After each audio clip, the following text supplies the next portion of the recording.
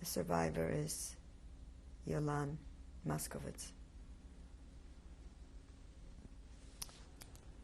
We were talking about your escape from the death march. And about the bombings when the Russians were advancing, and about the girls that were killed by the bombs. Tell us that story again. We were in the house, and the house started shaking from the lot of shooting or bombing, whatever. It was shaking, and I remembered my father used to say, "Don't stay in the house," and something like that happened, just go outside and stay there, don't move by the house, outside. And those three girls said, no, it's better to go to be in the Polish house, to go to the Poles. And they were running over, crossing the street. And then all of a sudden we saw they just fell. They were shut down. I don't know from where it came, whether it came from the plane or from where. In a few minutes, it took a minute, we were surrounded by all Russians. And they went into the house, they said, "Who is hiding there? There are Germans or anything." We said, "We don't know."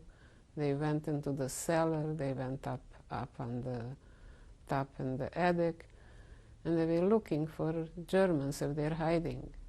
And then they say, "Do you have something to eat?" And we said, "No." So they went into the sties and they saw a big pig, they shut it down. He says, "Here, eat." They killed the pig.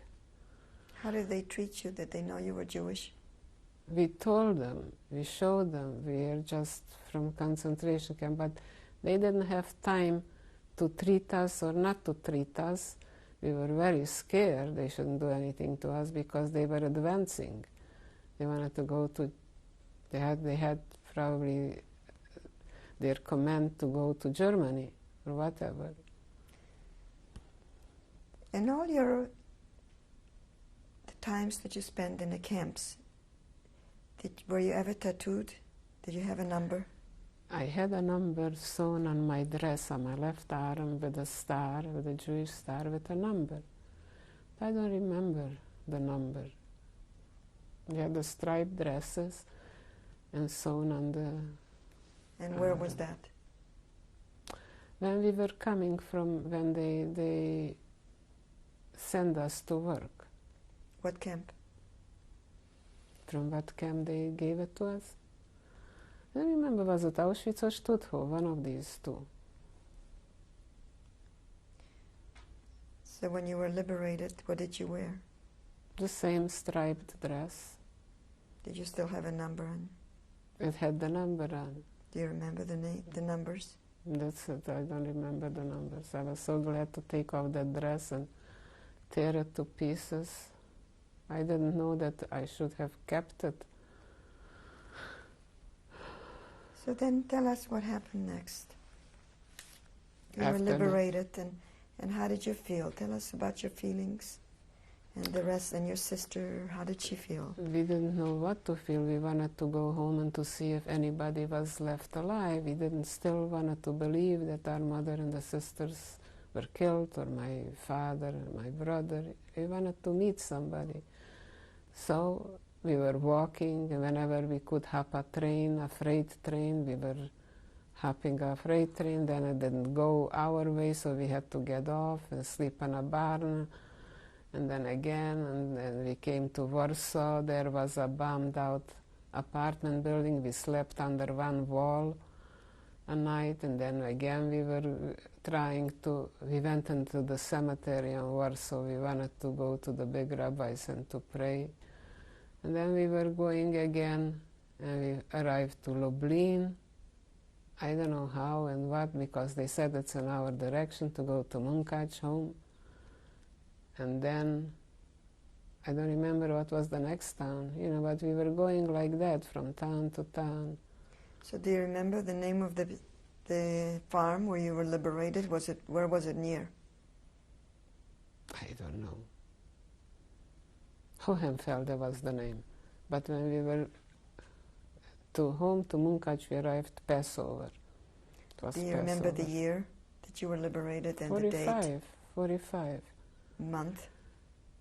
But it was, when we arrived home, it was Passover. So was it in April, spring? Yeah, something like that. And then we didn't see nobody. We were looking and searching and asking one another, did you see my parents? Did you see my brother? Did you see my sisters? So my brother was the only one who came home later, a few weeks later. So he was telling us about our father, that he died on flag typhus on the day of the liberation. And he had flag typhus, you know, they had high temperature and everything. Where were they? Dachau. Where was Dachau? I think it was Germany. And so your father and brother They were there together all the Right. time? Right. But just my brother came home and he died. And you say your father died on the day of liberation? Yes. If they would have liberated them a few days before, maybe he could get some medication or something, he could have been alive. How old was your father then when he died, do you know? I have to figure out. In 45, I was born in 1901, but 44 years old. And how old was your brother when he was liberated? I was about 15 or 16, something like that. And what was his name? Moshe. And so now you were back in your hometown with your sister, Yes, and you reunited with your brother. yes. Did you still expect to see your sisters and mother? I was always searching, couldn't believe it, you know, always searching and searching. And my sister, even now, when I talk to her, she says when she goes to shul, she is searching to see if my father, where my father is, if he is alive. What about your grandmother? You said your grandfather died, and what happened to your grandmother? Took her to Auschwitz. Was she together with your mother?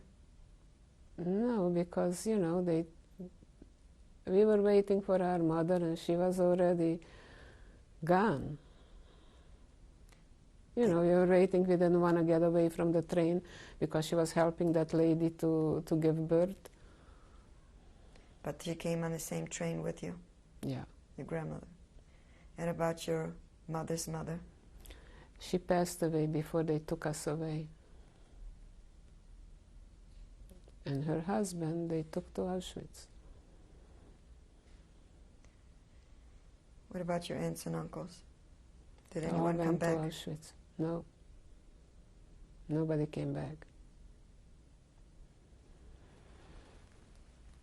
They all perished. So if you're from your entire family, who survived? Cousins survived. Me and my sister and my brother. And that's it. And so how old were you when you were liberated? I was 20. So now you're in Munkachevo. Yes. And were you able to get into your own home? No. It was in the ghetto, and then the peasants or whoever, they came. You know, there it was, everything had a value. So they tore off the windows, and they tore off whatever they could from the house. They left just the shell was standing. They took everything. So where did you stay, and how did you feel when you came back home? Can you tell us your feelings? There was a joint, you know, and they gave us something to eat. We could go there to eat. It was a kitchen, like a soup kitchen or whatever. And then they put us up into a house. And then I saw, you know, they said, you have to learn something, a trade or something. So me and my sister, they put it into, we were trying to learn how to sew. I never cared about that because, I don't know, somehow it didn't hit me. Then I said, it's impossible to stay here, you know. I don't want to be here. It's no good. And then I said to my sister, she didn't want to come with me. She was 4 years younger. She was 16 years old when we came home. She said, where are we going to stay? Where are we going to sleep? What are we going to eat? She was crying. So I said, what I'll eat, you'll eat. Where I'll sleep, you'll sleep. No, when you'll have a place where to be, I'll come. So I thought to myself, I went with another girlfriend. I'm going to go. I heard they give in Bucharest some money. I didn't have nothing. I didn't have a dress on me, nothing. So we're going to go there and get some money. So we go, and also you couldn't go on the trains because the Russians wouldn't let you go because you had no papers. What are you doing? Where are you going? Whatever. And I said, I'm going to try. I went there. She had papers from Hungary, from Budapest, my girlfriend. I had zero. I had nothing. When we went on the train, so the Russians came to check the papers, you know, if you had anything to show who you are and what you are, from where you are. So she showed, and they went, everybody. I didn't have nothing. He says, you get off. I said, no, I'm not getting off. I don't know how I dare to talk to him. I'm not getting off. I thought to myself, I don't care what he does to me. So, and he started again, you get off. I said, no. I said, my father is sick in Budapest and I have to go and see him because that train was going to Budapest. I didn't care on what train I am, just to get out of there. So he said, you have to get off. I say, no, how would you like it? Your father is staying in the hospital and he is sick and it's after the war and he doesn't know if you're alive or not. And you wanted to go to see him. And I was haggling with him so long, then this train started moving, he says. But if you go, don't you ever dare to come back. Thought to myself, I don't want to come back anyways. So I went all the way to Budapest. Now what? We're in Budapest. Where should we go now? So I heard I had a cousin in Svitavy in Czechoslovakia. They were there. So I said to my girl, let's go to Czechoslovakia. So we were trying to go on the train to Czechoslovakia. So we were sitting between the civilians and the Russians, you know, didn't check, you know, the Russians were checking and the civilians were checking. So between the Russians, the civilians didn't check, so we didn't know what to do. We said we're gonna now run over to between the Russians because if they're gonna check us, we have no papers, they're gonna throw us off the train. So we were sitting there and shivering, and they didn't check us because to the Russians they were afraid to come in. And then when the Russians came to check, we were running over again to the civilian trains because there it was checked already. Finally, till we arrived to Prague. Now what? We don't have where to sleep, we don't have where to go. So we found a joint again, so we slept over there a night. Then we went to Svitavy, to my cousins. So I found my cousins and we stayed there with them. And I was still a young girl, and they said, you have to go to work. So I went to work in a factory. I was sewing buttons in a factory. I never sewed buttons on a machine in my whole life. So, but I learned fast. Sewed buttons. So whatever they gave me, so it was for food. I had what to eat. And so we stayed there. Till one day, my brother-in-law, that time wasn't my brother-in-law, he was a cousin. He was saying, he has a nice young man for me. I have to get married. A girl goes around on the streets all by herself. You don't have where to put your head and nothing. So he introduced me to my husband. And then over there it started again. that whoever was from the Carpathen, from Munkac, from those places, they're going to take them and they're going to send them back. So we got scared, what should we do? So we went again, we were running to Budapest back.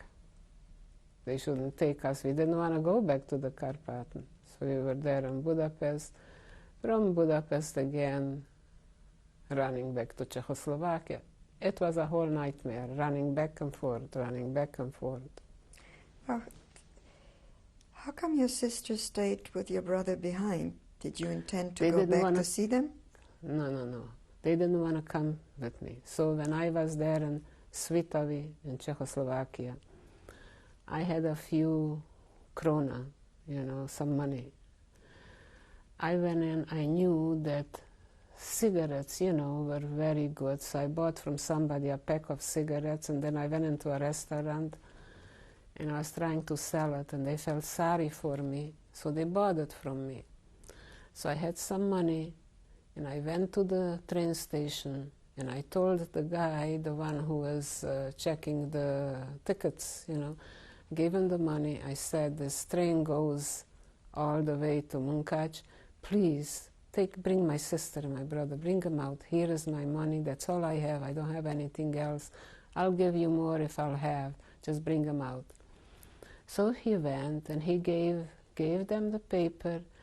Then she said, oh, she was working, she has money coming. She didn't want to leave the money coming, but was working. And that's how she was left behind. And your brother? And then the same way. And then she got married.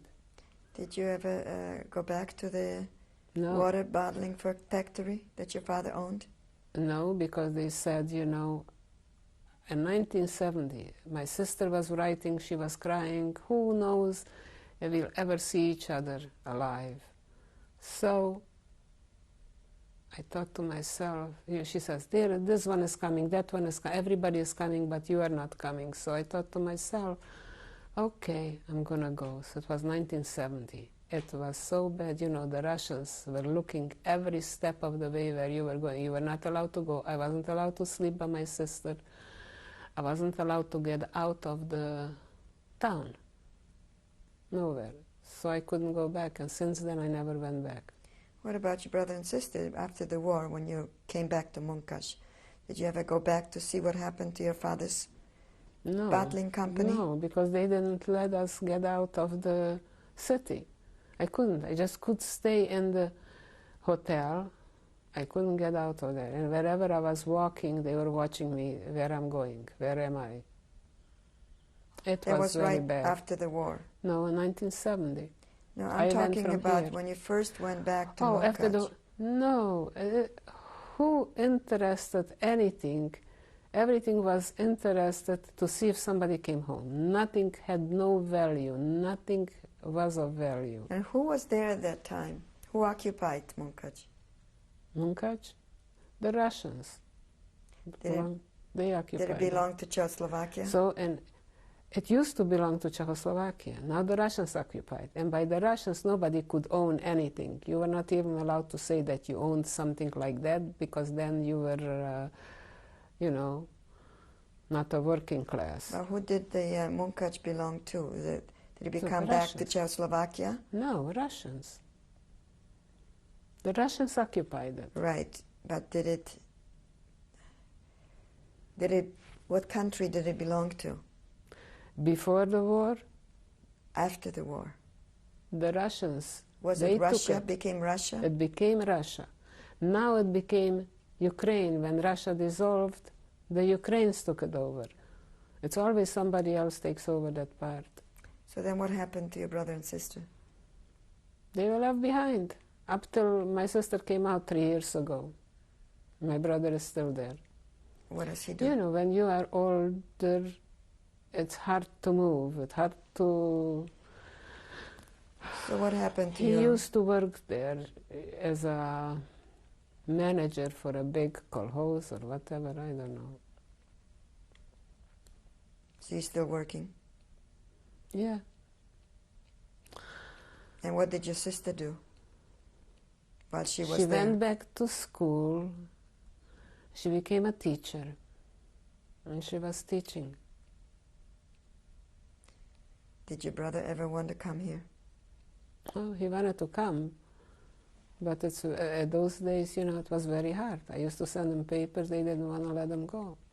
What about now? So now, you know, he is not so young anymore, and I don't know. Does he have a family? He has one son, I think. And your sister, what happened to her? My sister came out 3 years ago. And she has 2 children, a son and a daughter, and she has now a granddaughter, and she became a great-granddaughter. Where do they live? In New York. Do you see her often? Not so often. This year I haven't seen her. Last year I seen her twice. Everything that you went through, all the camps, and what the horrors that you witnessed, did it affect your faith in God and in human race? In the human race, yes, but not in God. Still was believing. So you met your husband. Right. And what happened then? He was telling me what he went through. He was also in that working camp. And after years, he ran away. He was hiding. And then he heard about that Schutzpass, about Wallenberg, that he is giving people papers that they are under the Swiss protection. So he got one of those papers, and there was in Budapest a big glass factory. And there they were, all the people were there.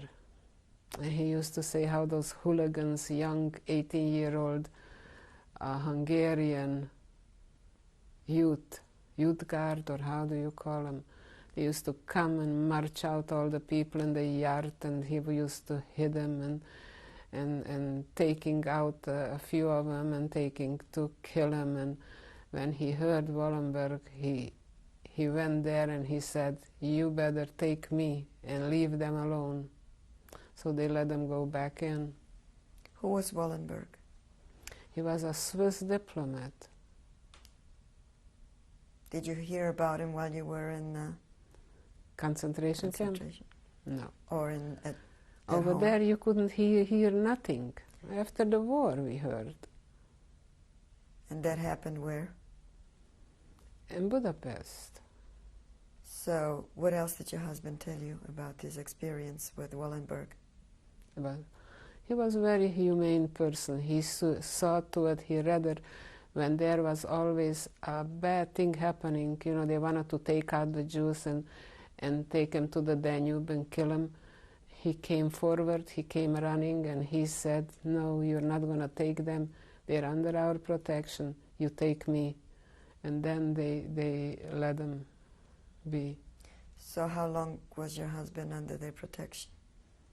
Until the liberation. Do you know how long that was? I don't know exactly. I just, whatever he was telling me. So now you met your husband, and what was his name? Isaac Rottenstein. Where was he born? Szewlus. What was that? Where did it belong to? It belonged to Czechoslovakia. So how old was your husband and you when you were married? About 30 or more. And you? 33. Pardon? And how old were you? I was 20 or 21, I forgot. So then what did you do next? After you married? We were married in Hungary, in Budapest. Then all of a sudden we saw it's no good in Budapest, so we were running away. We came to Czechoslovakia, to Prague, and we lived there till 1950. What year did you marry? 46. And then we saw what happened, you know, with Jan Masaryk, President Masaryk's son, that one day they said he jumped from the window, and that wasn't true. They pushed him out the window. Who did? Probably, who knows, some rivals or whoever.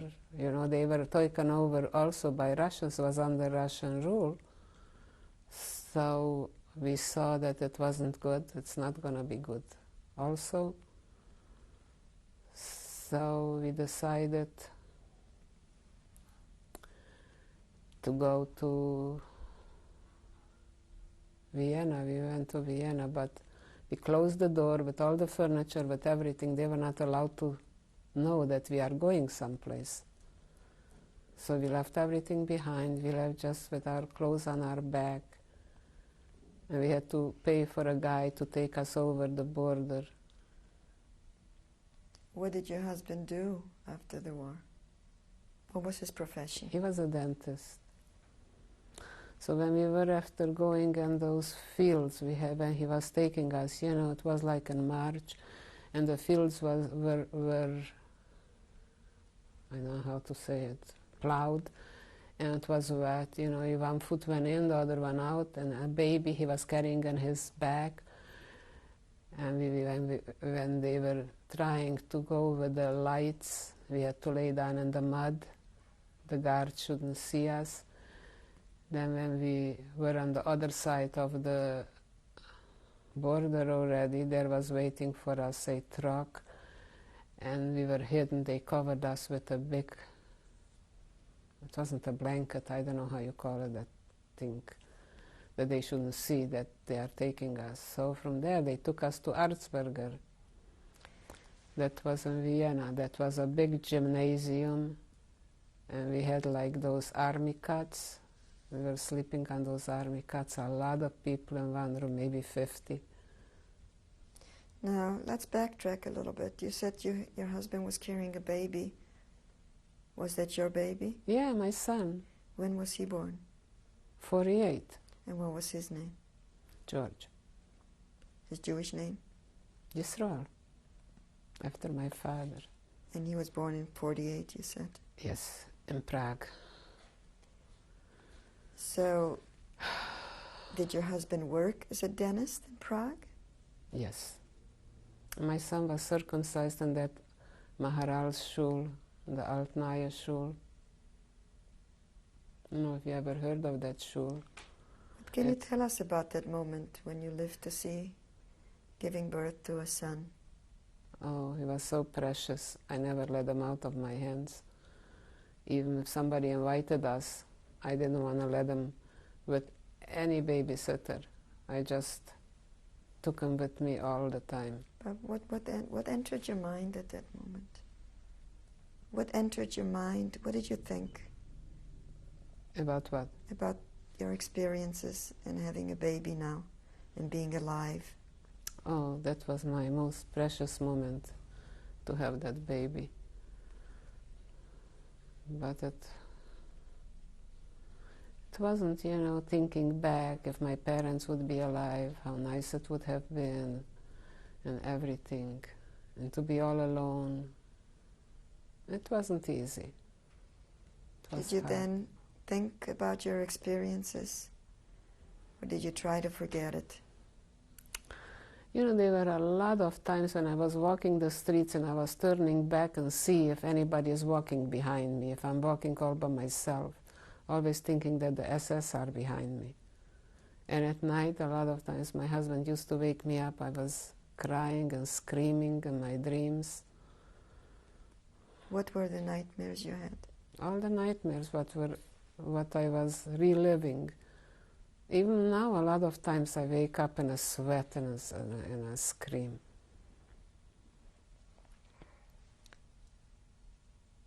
We will end this tape and we will come back.